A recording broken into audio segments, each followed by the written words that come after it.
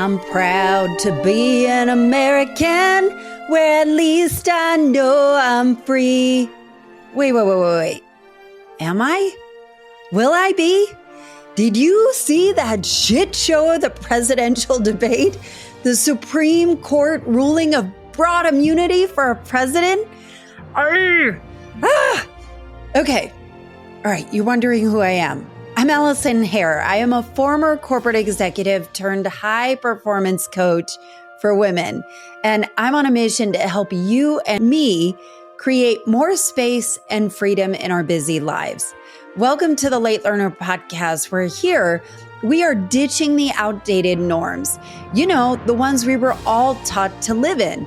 And what we do is we find more modern solutions that just plain work better for you. So what are we late learning today? You're welcome for the singing. Well, the day that this is released, this is the 4th of July. And in the United States, July 4th is a much celebrated day that represents freedom. In 1776, it was the day that our Declaration of Independence was signed. And I have to be honest here.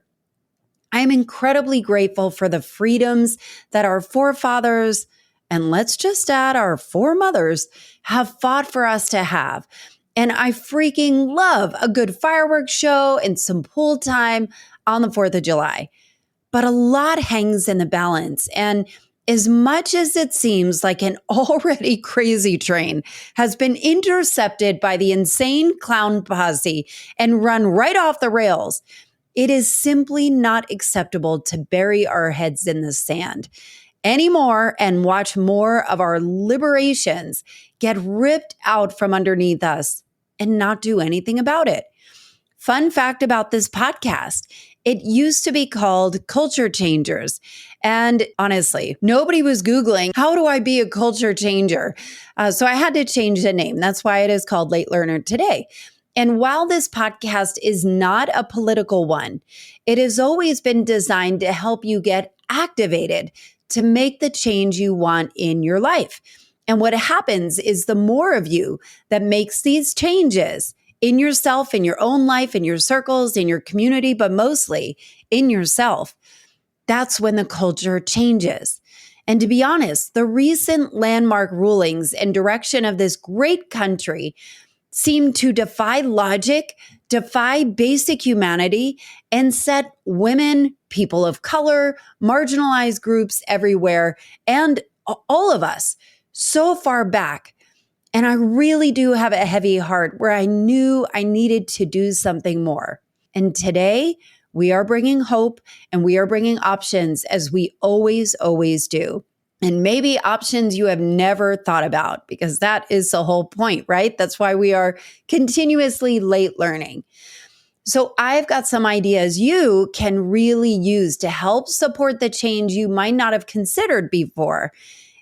2 years ago, when it was announced that Roe v. Wade was being overturned, and frankly, it's become abundantly clear 2 years later that our freedoms have unimaginably been not only jeopardized, but have all been but erased as the clock turns back time by at least 100 years. No more.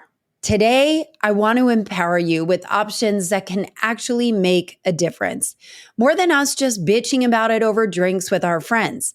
So today, I am re-airing an impassioned episode I did right when Roe v. Wade was overturned that I know will leave you feeling empowered, emboldened, and give you very, very practical ways to be the change and maybe feel a little less apathy or defeat. Because that's not American at all, is it? And side note, you will hear references to the former name of this podcast, Culture Changers. But let's get into it. Happy 4th of July. Truly, happy Day of Independence.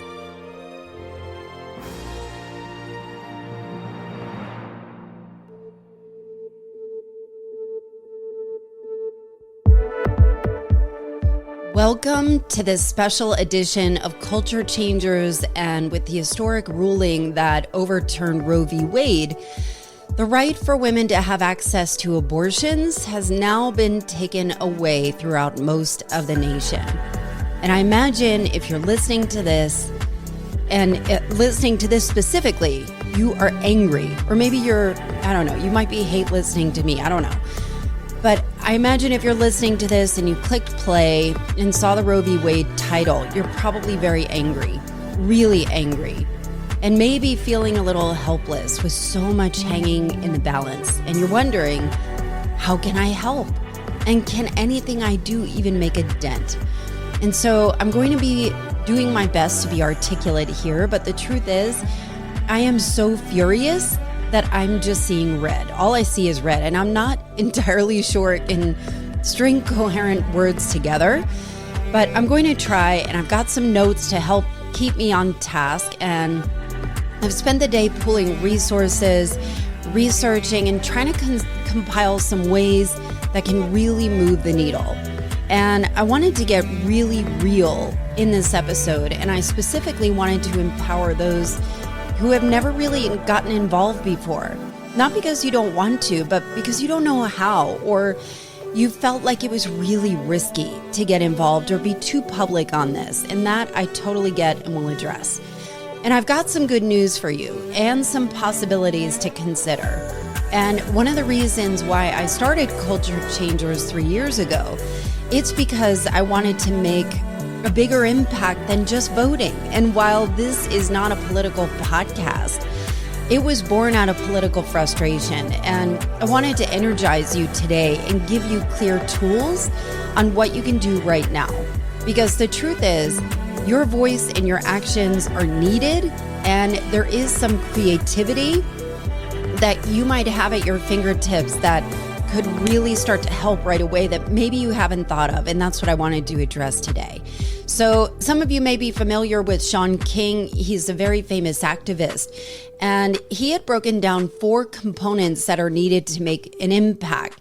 These are things that help create the change we want to see. They're the ones that help win elections. They help overturn rulings, to change laws. And there are 4 things. And the first thing is you need energized people.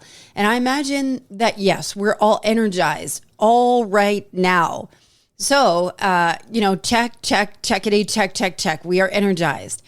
The second is that you have to be deeply, deeply organized. And that's the part where it gets dicey. And this is the part where I have some possibilities that I think will be helpful. The third is that you have to have a plan, but that plan has to be as complex as the problem itself. And this problem is very complex. So first is energize people. The second, you need to be deeply organized. The third, you need to have a complex plan. And the fourth is resources. You need money, you need hands, you need people to do that. So do you want to hear the good news about this? 3 of these are already done. You aren't out here waving your flag by yourself and shouting out into the ether, hoping somebody will listen and join you. Let me explain. This ruling is not a surprise. It's a surprise to nobody. And there are organizations like Planned Parenthood, Emily's List, and NARAL that have been planning this for decades. They are deeply, deeply, deeply organized. And they have a complex plan. And I've linked a dynamic list of resources that will continually be updated in the show notes and in my Instagram link. So you can go to Instagram or my profile page, click on the links, and get to it right now. But the easiest and quickest way to help, if you have the resources, is to contribute whatever you can to any or all of these organizations. So obviously, donating money, that's kind of the easy part. It really goes a long way. It makes a big difference, especially when you've got an organization and people that are organized that can move right into action. So it's not you trying to get some groundswell. It's already been done and kind of defined. This is just helping fund the movement. Let me talk about some other ways that you may or may not have considered before. And before I do, I want to say that me personally, I'm in a new position on this. I have recently left my corporate job. And I personally think I would filter so much of what I would publicly talk about because I was employed. And I would think, very deeply and be very, very calculated with my communications, because if I said what I really think, I might offend my mother, who is no longer alive. May she rest in peace. And I, as a sidebar, her passing, I feel like she's emboldened me, her passing, because not that she would be offended. I think she'd actually be delighted by my boldness, but I just didn't want to do it while she was alive. So I understand for some of you may have people in your life that you're afraid that you're going to offend. So I get that. But even more so, I was very afraid to put anything remotely political on socials for fear that it would jeopardize my employment options. So I know that fear is very real for many of you. And I want to address this right up front. I know for myself, I feel way more emboldened. I feel that I no longer have any oversight. So being more free with sharing how I feel has really felt empowering. And I still want to be very respectful. Sometimes my anger can get the best of me, and I can say things, and I'm trying to be more mindful and make this more of an active practice to share how I feel, but more often than just sharing how I feel, but it's like sharing how to help. That's my position here in Culture Changers, is how do you change a culture? And that involves what do we do ourselves? And that's kind of where I stand. But what I really wanted to share is that crawling under a rock or sharing memes on social media or just complaining on a private text string can feel good for self-preservation, but is no longer enough. It is no longer enough. And I remember when the Brett Kavanaugh hearings were happening with Christine Blasey Ford, and the Me Too movement was at a fevered pitch. This was 2018. It never felt so personal. So many of my friends were vulnerably sharing their own stories of terror, of abuse, of things that they've kept for decades in many cases. And they were sharing about their abusers, about their experience, and how viscerally it felt to watch these hearings and see essentially this guy kind of laugh it off, and again, it felt like a blow to women.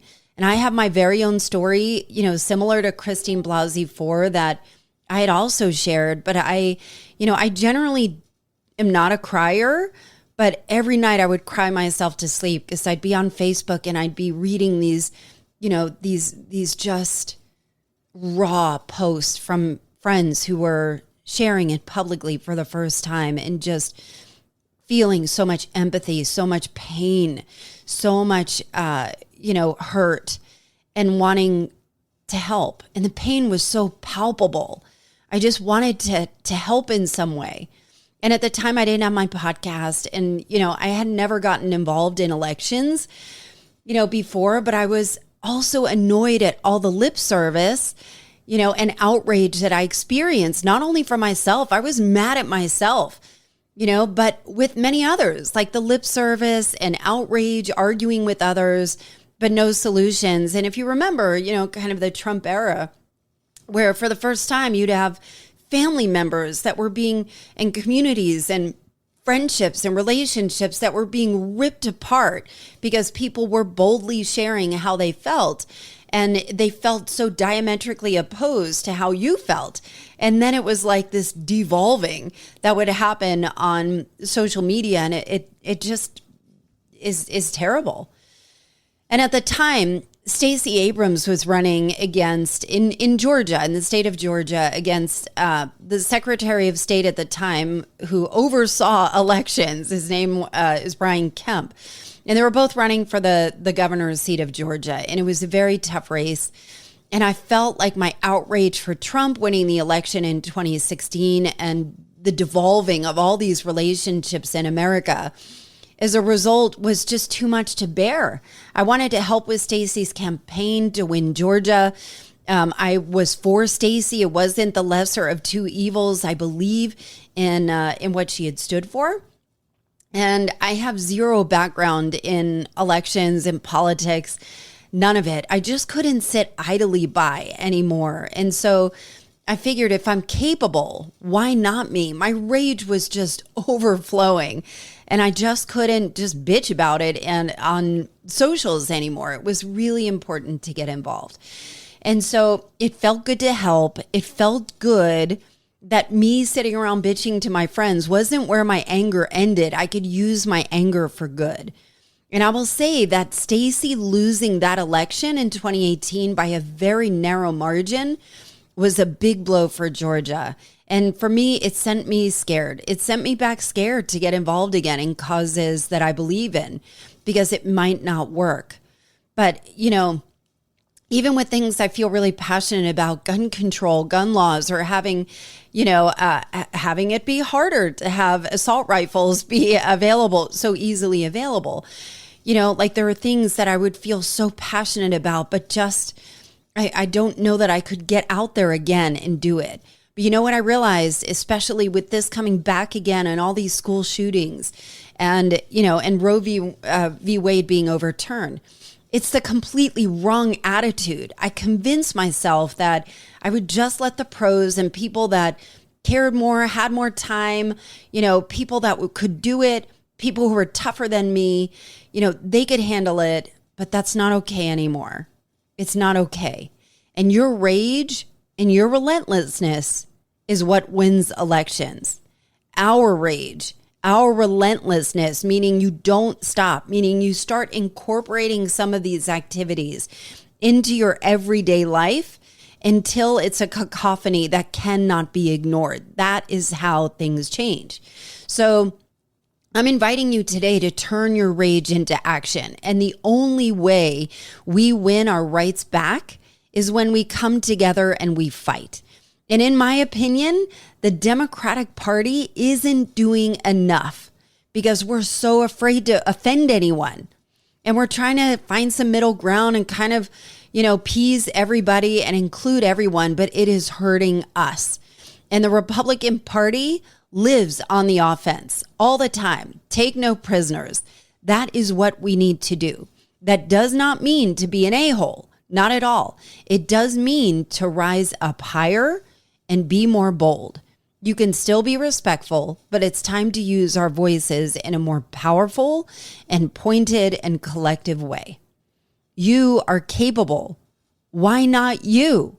You are capable. Why not you? And famous organizational psychologist Adam Grant just wrote about this topic, and it just hit me over the head. He said, outrage is not an irrational emotion. It's a reasonable response to watching one of your core values be violated. Without righteous indignation, there is no motivation to fight for freedom and fairness. Through history, progress has always been fueled by fury at the status quo. I'm going to say that again. Without righteous indignation, there is no motivation to fight for freedom and fairness. Through history, progress has been fueled by fury at the status quo.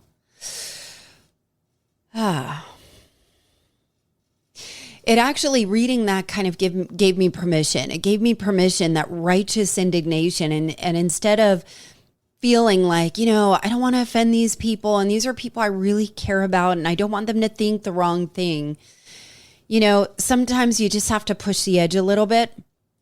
And I'm in a position right now where I can push the edge. Some of you may not be, and that's okay. And if you are not be and you want to be louder in those ways, I want to hear from you. I hope that you'll send me a note. Go to AllisonHair.com or hit me up, DM me on Instagram at Allison__hair. And let me be your voice for you, because I am in this position that I'm very grateful to have. I don't know if I will always have it. I don't know if it'll come back and bite me. I kind of think it will not.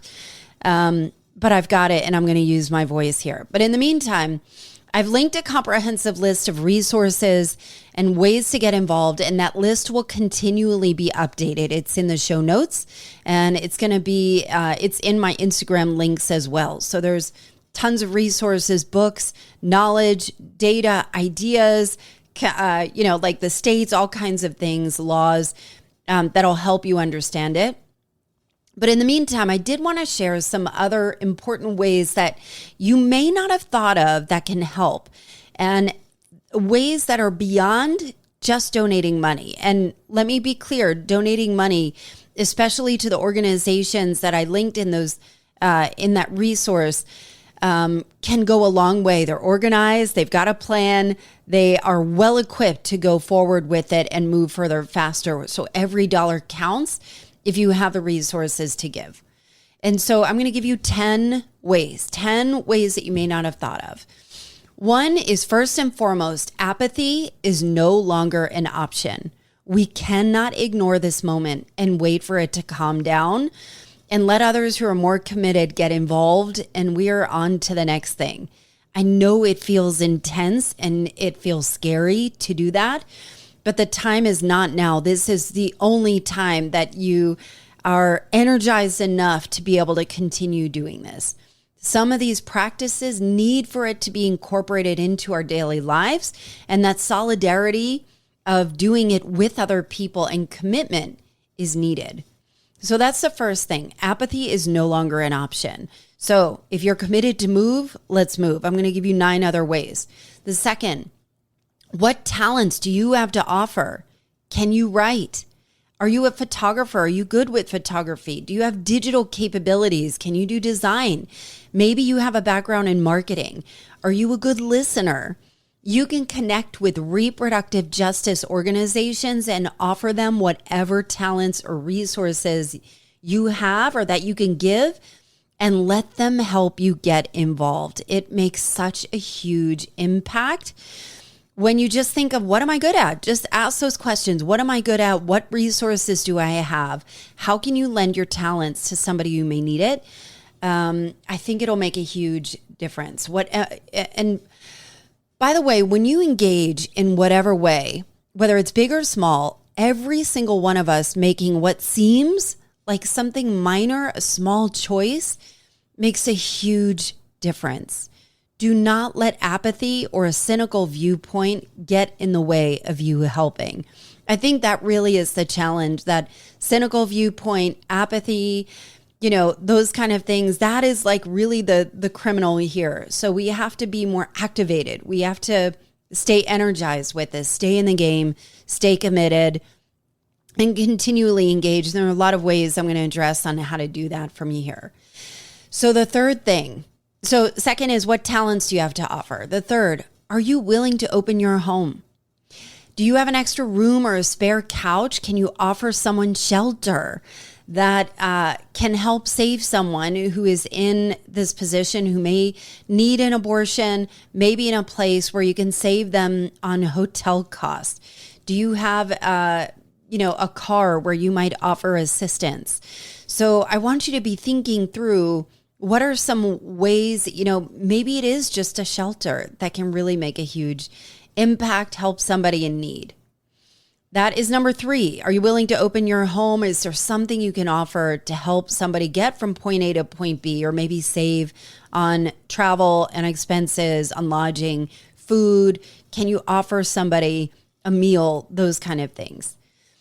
Number 4, have you had an abortion? This one is tough, but I think it makes a big difference to normalize talking about it. I know that is huge for some of you because there's so much shame that can happen in talking about it, or admitting you were in a position where you had to make a decision that was best for you, or best for the baby, or best for everyone involved. Normalize talking about it. Sharing those stories is what humanizes us and humanizes this, in a way that can help change people's perspective. The more we talk about it, the more you empower others to share their stories. So I think normalizing talking about it is a really, really big way. And so be there for somebody else who talks about it as well. Number 5, pill or medical abortions.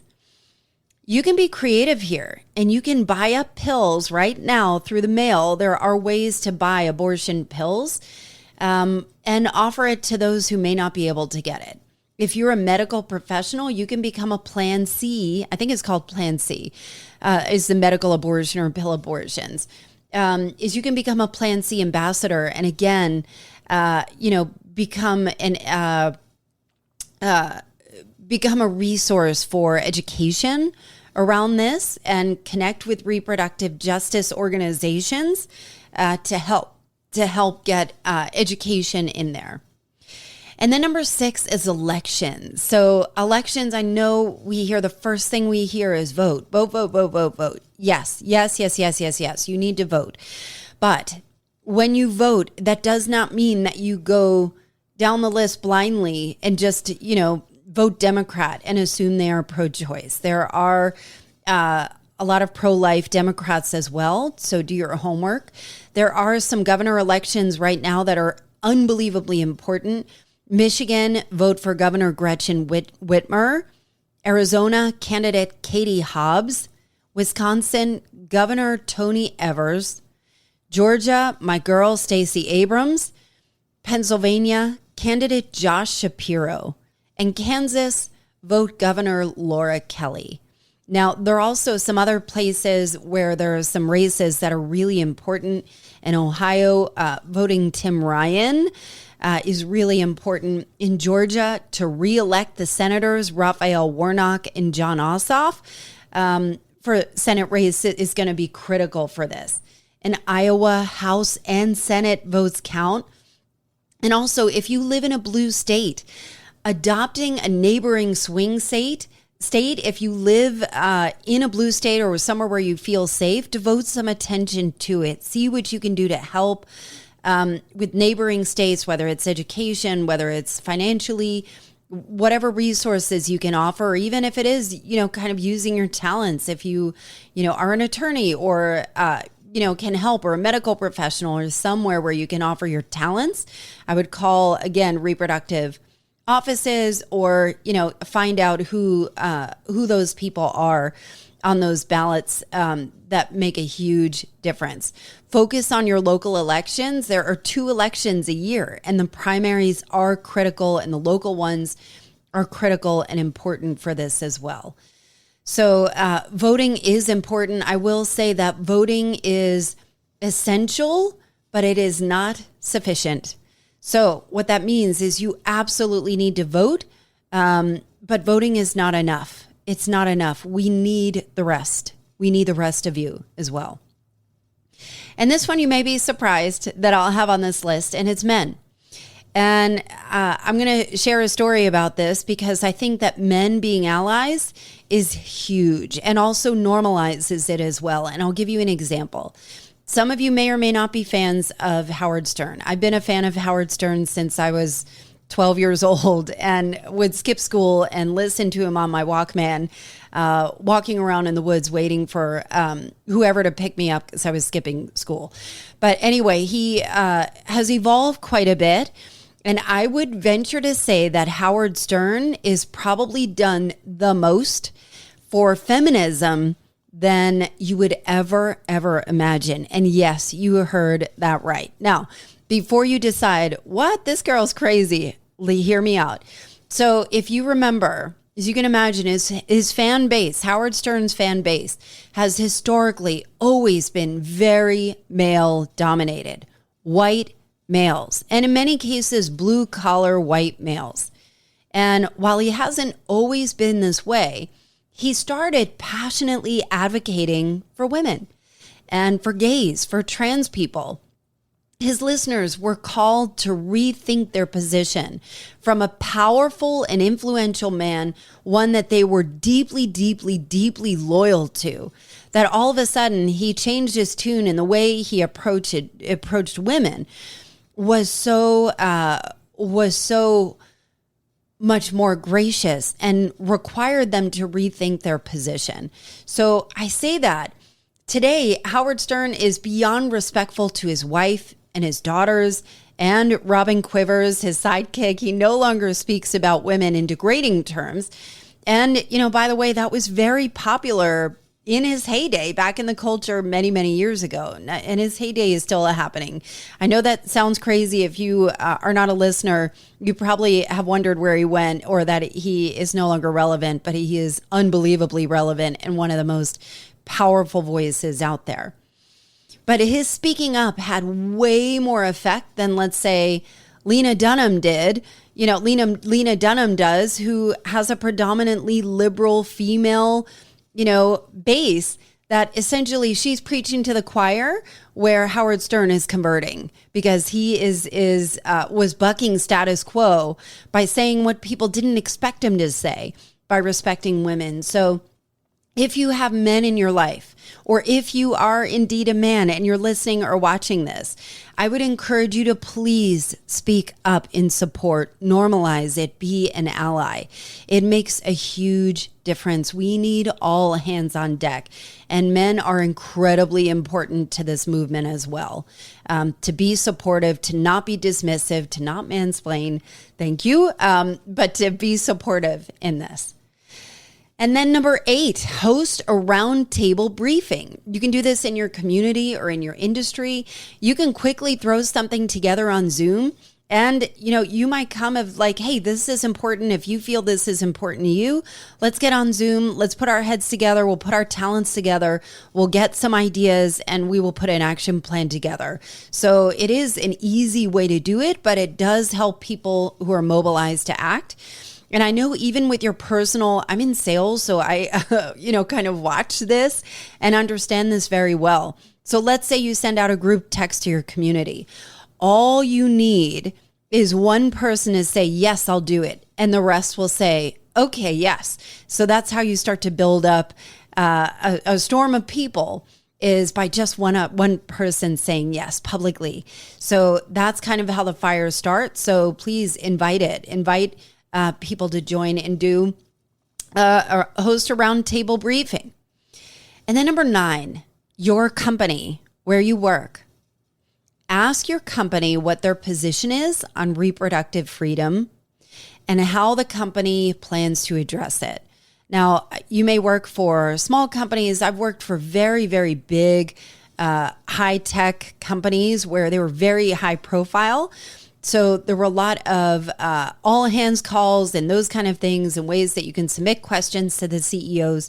So I was always surprised and admired people that would push their companies and their company leaders on where they stood on controversial topics, things that really did impact the culture. But the truth is, money and the companies and corporations are what define a lot of these laws, and they define a lot of the political figures that are in office today, and how they act on that. So having pressure from the employees make a huge impact on this as well. And it can be tricky with work, and I've actually linked resources on this. So in that resource sheet that I found, it's from, what's it called? It's called LA Women's Collective is the resource, the Fall of Roe resource guide.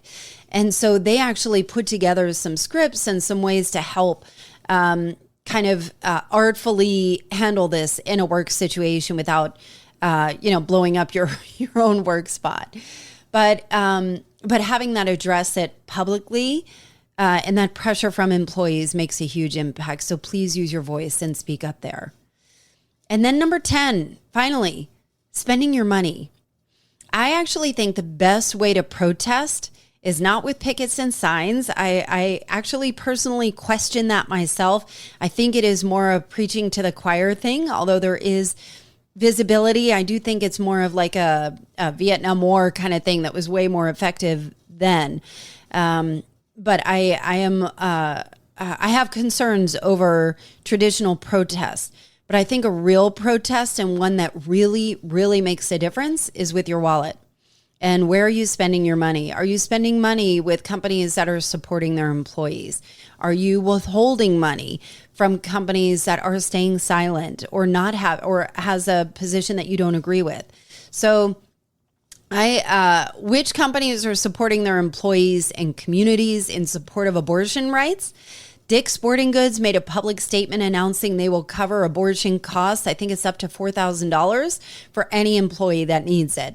Amazon, JP Morgan Chase, Apple, Disney, Google, Bungie, Microsoft, Paramount, Comcast, Vox are all in support of reproductive freedom. This is just a limited list that I found. So please keep checking back and see, what's out there as well. Do a quick Google search.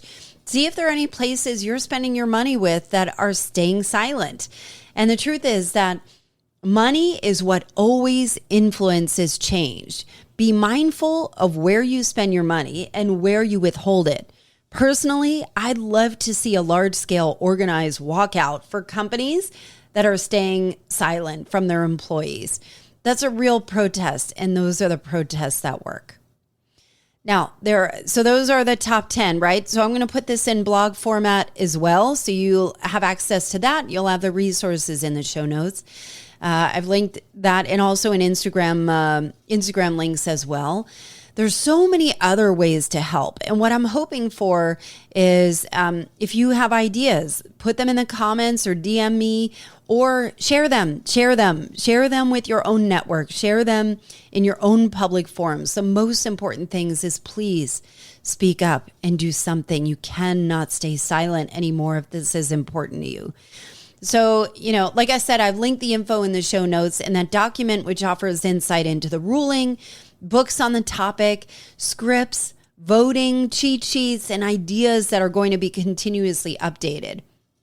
But most of all, do not stay silent. If not you, who? Why not you? If you're capable. If you're capable, why not you? So be creative, create some time, call your local and state representatives. I used to hear the phrase, the loudest personality wins. And that is true in Trump's world. Honestly, he was the loudest. And now we have and it doesn't matter what he was saying. There was nobody questioning that what he said was not the truth or that he didn't lie from time to time or all the time. He was just so loud and so confident about it. And now we have the chance to have our voices heard. But we need to do it together. Each person, you included. You cannot sit on the sidelines if this means something to you. You must act. And for more, go to AllisonHair.com. I will be posting only solutions from now on. And I'm going to try and stop doing memes that, again, feel really good. But I'm going to only be posting solutions from now on. So I would love to hear yours, and we can share and have a network of this. But I thank you for listening or watching, and can't wait to see what we can do together.